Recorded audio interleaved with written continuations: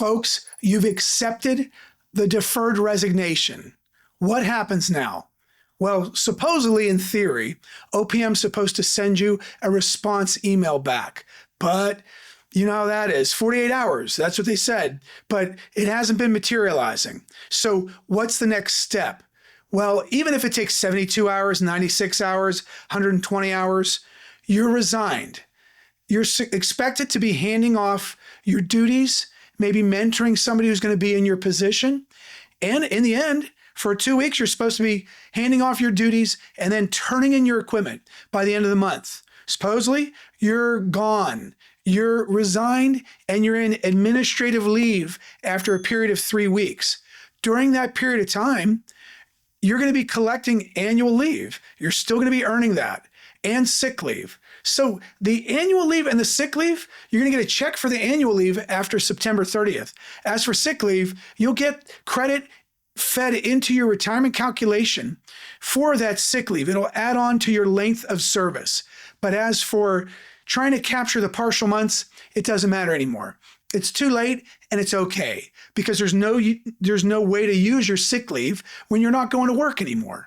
You're going to get paid for not working for the next 6 or 7 months. And you're going to collect annual leave, as we pointed out already.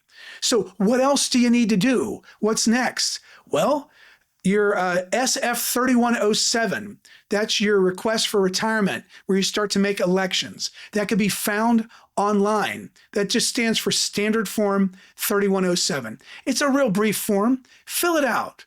I think one copy goes to your agency, the other one to OPM, and a third one you should always keep for your own records. Really important. Now, as you move forward, there's going to be 4 major elections for retirement. What are they?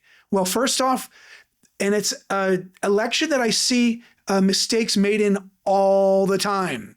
So please listen carefully here. Your life insurance, it'll say FEGLI, your Federal Employees Group Life Insurance. A lot of people say, you know what, Charles, I don't need it. I just canceled it. Really? Now your options, your option Bs, they go up to 5 options, even your option Cs, especially your option Bs. They will explode in cost and it'll eat up your pension check. So most people get rid of their option Bs. However, your basic group life insurance, if you've paid for it your whole career and you just do a 75% reduction, that means you're going to get rid of how much? That's it, 75%. You get rid of 75%, but you keep 25%. And guess what happens to the premium at age 65? It's a big whopping 0. So you really want to think twice before you just completely cancel your basic group life insurance. Because it's going to ask you, do you want to keep your basic group life insurance? It's going to ask you if you want to keep your FEGLI group life. And you can say yes. And then it'll say, well, what do you want to keep? The options? Most people know. Your option A is a flat 10 grand and it'll automatically reduce by 75%. So if you're really close to 65 now, maybe you keep the option A because the premium is going to go away anyway and you'll be left with $2,500. As for your basic group life insurance, yeah, that cost is going to stay the same if you elect the 75% reduction. Then at your 65th birthday, it'll automatically start to reduce down. It doesn't happen overnight. It takes 50 months or 4 years to do it, but then it'll stop.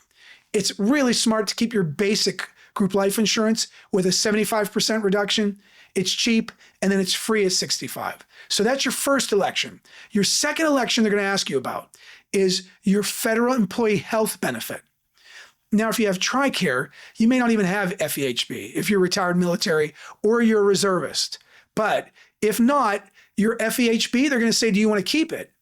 Yeah, most federal employees always keep it. So you say, sure. And here's the second choice you're going to make here, though. They're going to say, do you want to, your third choice. They're going to say, hey, do you want to get survivor benefit? It's closely connected with this FEHB, your federal employee health benefit. If you're married, you have to get at least the minimum 25% survivor benefit. Because if you die in retirement before your spouse, and your spouse is using your federal employee health benefit, your health insurance, and you haven't elected at least that 25%, survivor benefit for FERS employees, and you pass away, they can no longer have your health insurance. So getting at least 25% health benefit or survivor benefit will connect them to your health insurance if you pass away before them. And that election will reduce your pension by 5%. Or you can elect the full 50% survivor benefit for your spouse. And that would mean, like, let's say you've got a $4,000 pension. Well, if you passed away, $2,000 would go to your spouse if you died before them. But now it costs not 5%, but 10%, because you didn't elect the 25% survivor benefit, but 50%. So in that scenario of a $4,000 pension, your net minus 10% minus $400 would be now $3,600.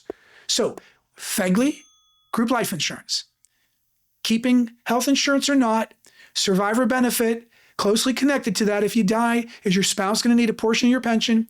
You can only get them 25% or 50%. That's it. Finally, you're going to be asked about taxes. What do you want your tax withholding to be? Now, I typically recommend that you just say, they'll give you the option, do you want to keep it the same as when working? I say, yeah, I think that makes sense. Why not keep it the same as when working?